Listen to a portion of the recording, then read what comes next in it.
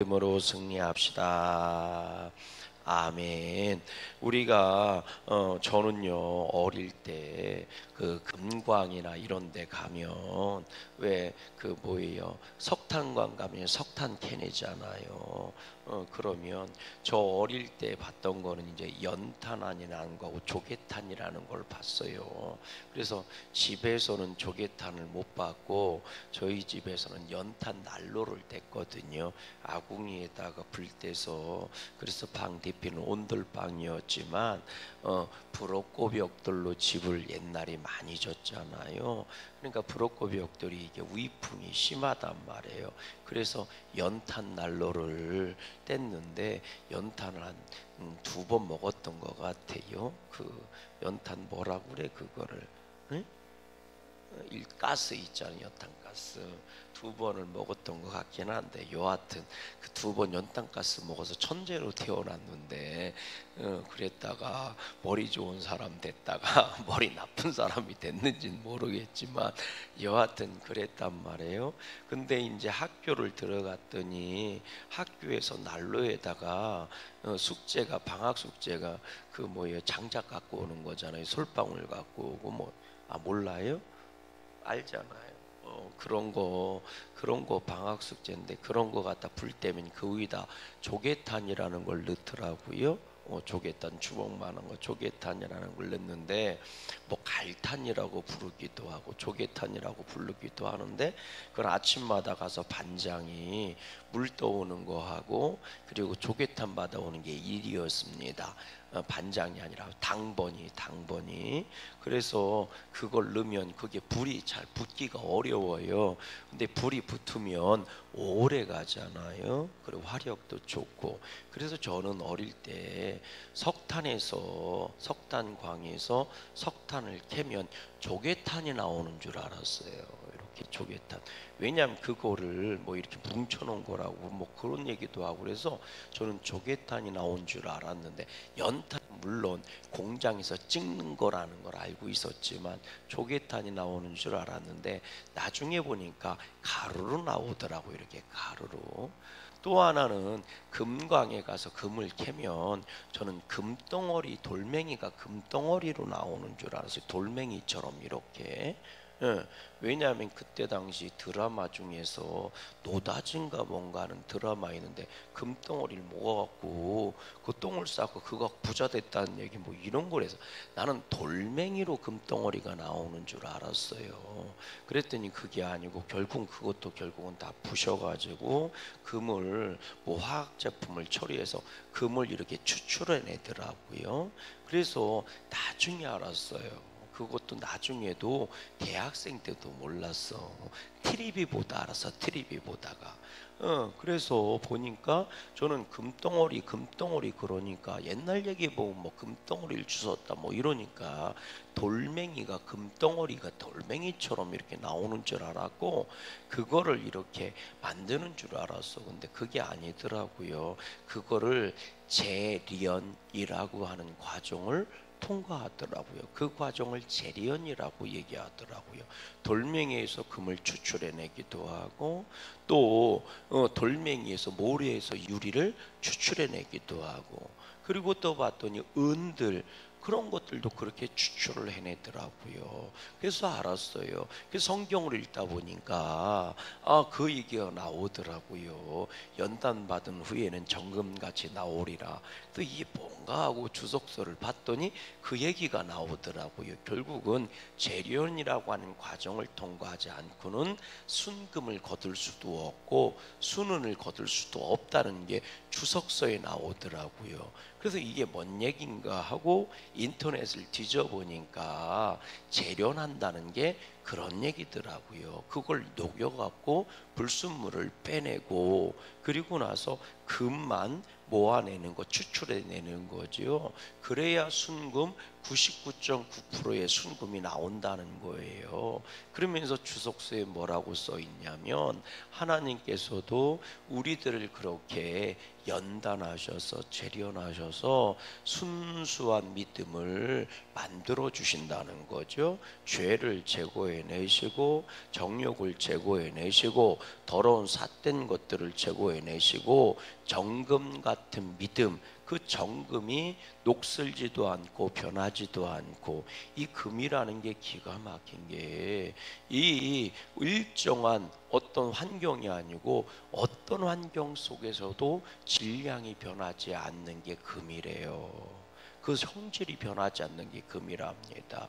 저온이든 극저온이든 아주 극고온이든 어떤 환경이든 상관없이 성질이 절대로 변하지 않는 게 금이라네요. 그래서 이 금이 요즘 그렇게 많이 필요하답니다, 산업체에서. 왜냐하면 변하지 않는 성질이기 때문에 이게 영혼성을 갖는 거예요. 그냥 반영구적이라는 개념이 아니고.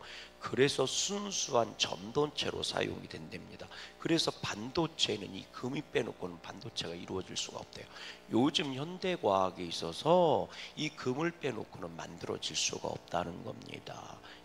그래서 순금 한다는 얘기가 나온다는 거죠. 그 얘기를 이렇게 들으면서요, 우리의 믿음도 그렇게 만들어진다는 거예요.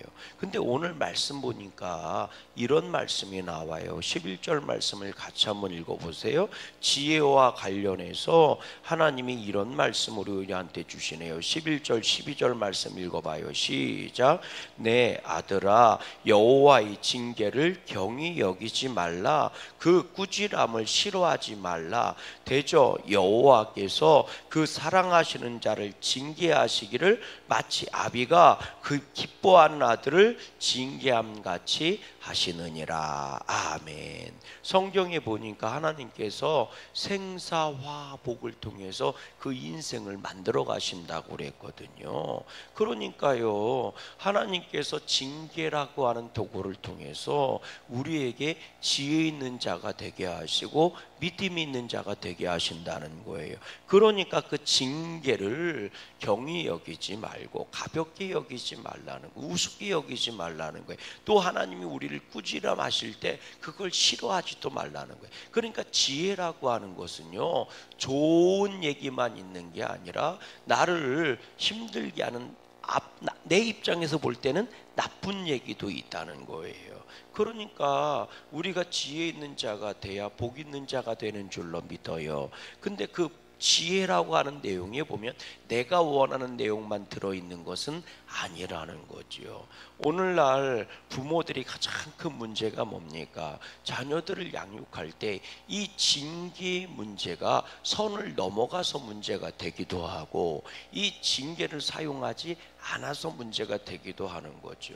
요즘 시국적으로 많이 논란이 되는 것 중에 하나가 노키즈존이라는 거잖아요. 노키즈존이 뭐예요? 아이들 출입 금지시키는 그런 이 업체들, 쉽게 얘기하면 식당이나 카페나 이런 데 점점 늘어난다는 거잖아요. 노키즈존이라는 거. 아이들 출입을 금한다는 거예요.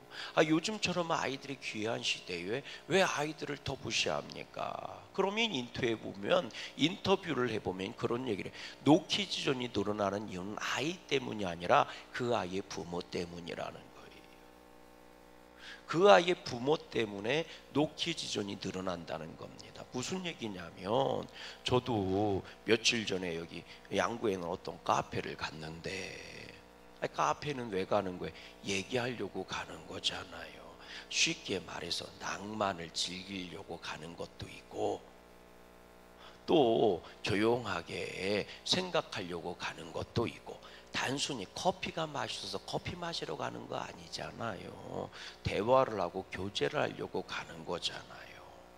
그런데 이렇게 앉아 있는데 애들 둘이 들고 뛰는 게 놀이터 마냥,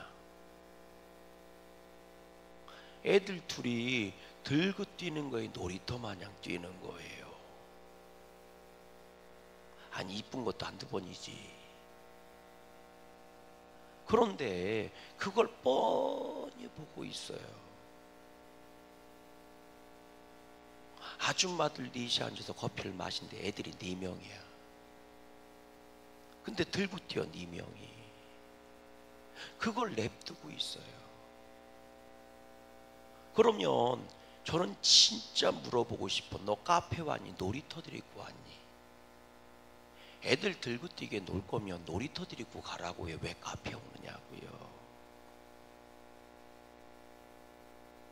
그러니 다른 손님들이 피해를 보지 않아요.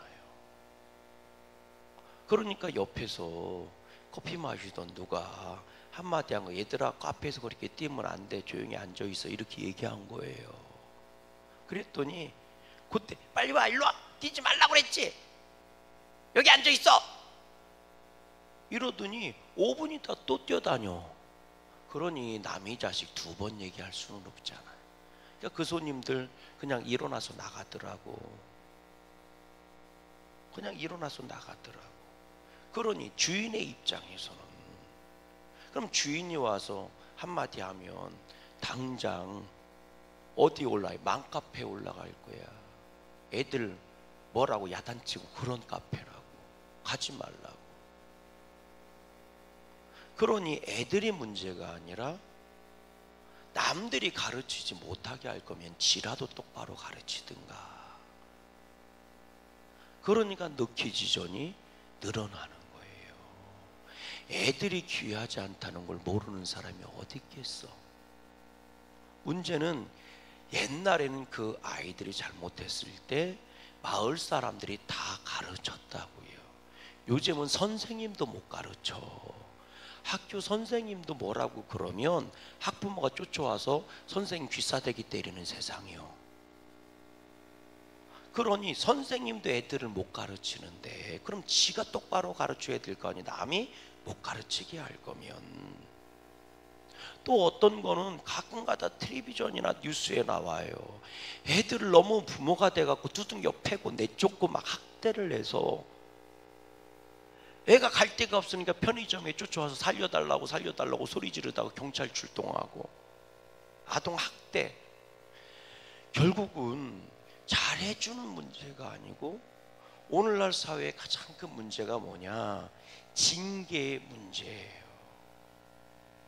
이게 선이 넘어가서 문제고 혹은 징계를 하지 않아서 문제인 거예요. 오늘날 세상이 그렇습니다. 절제하지 않는 것은 아름다운 게 아니라 추한 겁니다. 생각해 보세요. 여인들이 얼굴을 화장을 할 때 입술을 적당하게 빨갛게 칠하고 적당한 선을, 라인을 지켜야지. 내가 여기다 오늘 빨간색 루즈를 이렇게 칠하고 왔더니 사람들이 어머 생기가 돈다, 어쩜 그렇게 예뻐, 이랬어. 그랬더니 다음날 화장을 하는데 이 루즈를 여기까지 그냥 코 있는 데까지 칠하고 이따만큼 칠하고 가는 거예요. 그 순간 뭐가 되는 거예요? 빨간 마스크 되는 거예요. 절제하지 못하는 것은 아름다운 게 아니라 추한 겁니다. 그건 하지 않는 것만 못한 거예요. 오늘 하나님께서 지혜에 대한 말씀을 하시면서 그러는 거예요. 인생을 살면서 하나님이 너를 징계할 때 그것을 중하게 여기고 그것을 귀하게 여겨라. 그게 없으면 네 인생이 뭐예요? 추해진다는 거죠. 멈추지 못하는 달리기는 결국 죽습니다. 오늘 우리들에게 절제라는 게 있을까 하는 생각을 해봐요. 하나님이 왜 징계를 허락하시고 하나님께서 왜 꾸지람을 싫어하지 말라고 하실까? 그건 절제하라고 그러시는 겁니다. 멈춰야 할 때 멈춰야 하기 때문입니다. 아멘이십니까? 그렇습니다. 숟갈을 들어서 밥을 먹어야 될 때가 있으면 숟갈을 내려놓고 밥을 먹지 말아야 할 때가 있습니다.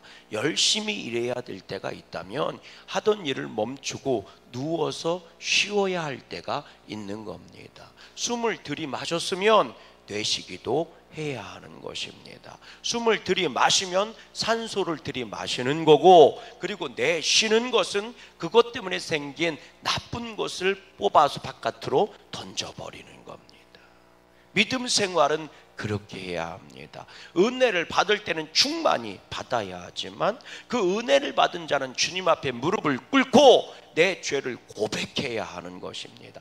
은혜 받은 사람이 가장 좋은 징조가 뭔지 아십니까? 그건 행복해하고 기뻐하는 게 아닙니다. 은혜 받은 자의 가장 중요한 첫 번째는요, 내 허물을 보고 주님 앞에 무릎 꿇고 회개하는 겁니다. 그래서 말씀을 듣고 은혜 받았다 그러면 나를 들여다보고 내가 잘못 살았구나, 주님 용서해 주세요, 회개부터 하는 겁니다. 근데 많은 사람들은 그 말씀을 받고 너무 좋다고 그걸 갖고 다른 사람한테 가서 징계를 하기 시작하는 거예요. 너 이거 몰랐지? 하면서 말이죠. 여러분, 믿음은 그런 게 아닙니다. 깨끗하게 비워진 그릇에 좋은 것들을 담을 수가 있는 겁니다. 더러운 그릇에는 아무리 좋은 것을 담아도 여전히 더러운 거예요. 그래서 주님이 이런 말씀을 하시는 거예요. 한번 읽어볼래요? 뭐라고 돼 있나? 우리 11절 말씀부터 다시 읽어볼게요. 시작.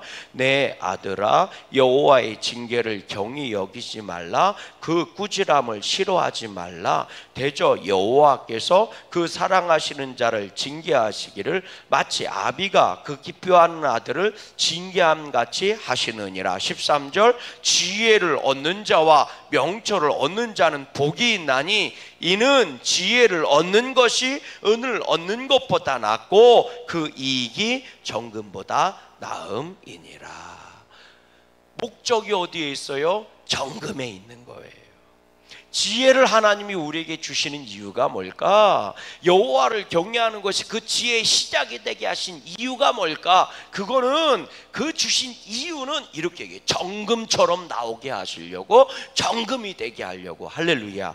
그러면 그 정금이 되게 하려면 당연히 어떻게 하겠어요? 정금이 될 수 있게 해주시고, 정금, 다시 말하면 순금이 되지 못하게 하는 것들을 걸러내야 되는 거지요. 금광에서 돌을 캐내는 이유는 순금을 만들기 위해서입니다. 그러면 돌멩이 캐낸 거예요, 하나님이. 그리고 나서 징계나 훈계나 혹은 꾸지람을 통해서 걸러내시는 거예요. 얘는 금이 아니야, 버려야 돼. 얘도 금이 아니야, 버려야 돼. 그리고 나서 뭐만 남기는 거예요? 순금만 남기는 거예요. 그래서 율법에는 하지 말라는 율법이 있는 겁니다.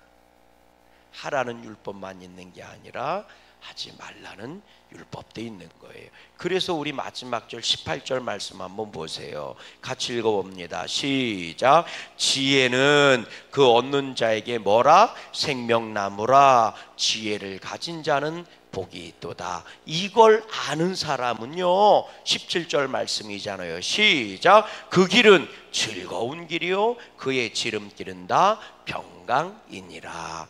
주님이 꾸지람을 주셔도 그 길을 걸어가는 자는 기쁘게 걸어가고, 주님이 징계를 주셔도 그 길을 걸어가는 자는 평강으로 걸어간다는 거예요. 왜? 그 끝이 뭔 줄 아는 거예요? 정금인 줄 알기 때문인 거지요. 생명인 줄 알기 때문인 거지요. 그래서 다윗이 사망의 음침한 골짜기를 걸어갈 때 단순히 힘들고 피곤하고 불평만 했을까? 그렇지 아니죠. 여호와가 나의 바위가 되시고 피할 산성이 되셨으니 하나님을 바라보고 즐거워하도다 하고 선언하는 겁니다. 오늘도 피곤한 삶의 길을 걸어가는 저와 여러분들에게 주님이 믿음을 주신 것은 우리의 삶이 정금이 되게 하시기 위함인 줄로 믿습니다.